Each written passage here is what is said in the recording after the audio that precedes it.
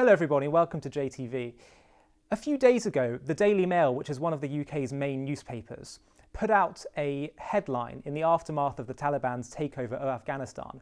And it had a picture of British soldiers that died in the Afghanistan war. And it said, "What the hell did they all die for?" referring to both British, American and NATO soldiers who died during the Afghanistan war.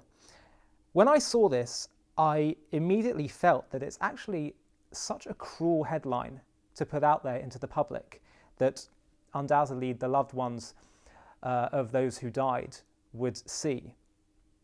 I think there are a few things worse than making someone feel as if they've suffered for nothing, as if there was no point in their suffering. It's been said that a human being can go through any what as long as they have a why, as long as there's some kind of meaning or value or virtue within their suffering.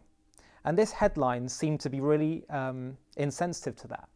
Now, I understand the purpose of this headline was to express dismay at the way in which the withdrawal from Afghanistan happened, and it's expressing dismay at all the effort that the soldiers put in. But nevertheless, I still feel it's incredibly important to be so careful with the language that we use. You know, the Torah tells us that when the Jewish people were slaves in Egypt, in order to demotivate and dehumanize the Jewish slaves, the Egyptians would make the Jews build buildings, build cities, and then they would destroy the buildings in front of their eyes, demolish them, to make them feel as if all the work they're doing was entirely futile.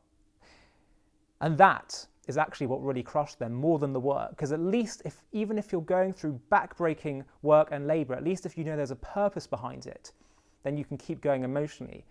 In fact, emotional health and well-being is perhaps even more important than physical well-being, because you need to understand that there's a purpose, there's a cause behind the pain and exertion that you're going through. And therefore, to put out this headline to sort of suggest as if this was all for nothing is so deeply cruel. It's also not true to say that they died for nothing, even if we take into account what's happened right now.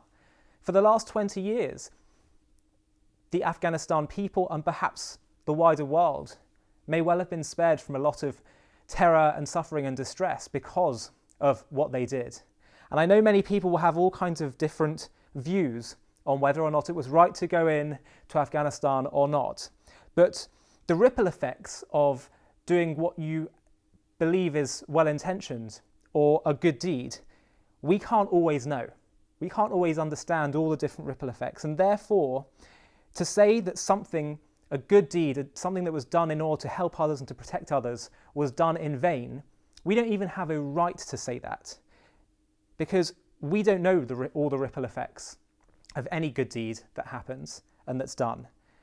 And actually, in Jewish philosophy, in Judaism, we're taught that every good deed, even if it doesn't have the outcome that we want it to have, every good deed has an impact, has an effect in ways we might not see, perhaps in spiritual ways, and have spiritual ramifications, but they all have an effect. And therefore, it's extremely cruel and insensitive, and perhaps it may well not have been intentional, but to suggest that a good deed, something done with a good intention, or someone putting their life on the line in order to do what they believe is sacrificing for the greater good and to protect others, to say that that's ever done in vain, even if the outcome might not be the outcome that was ultimately intended, it's simply not our position to say that a good deed ever is done in vain. So I just wanted to make that point because I thought it was important. Every good act has ripple effects. Every good act is never done in vain, and every good act lives on for an eternity. I'm Ollie and you're watching JTV.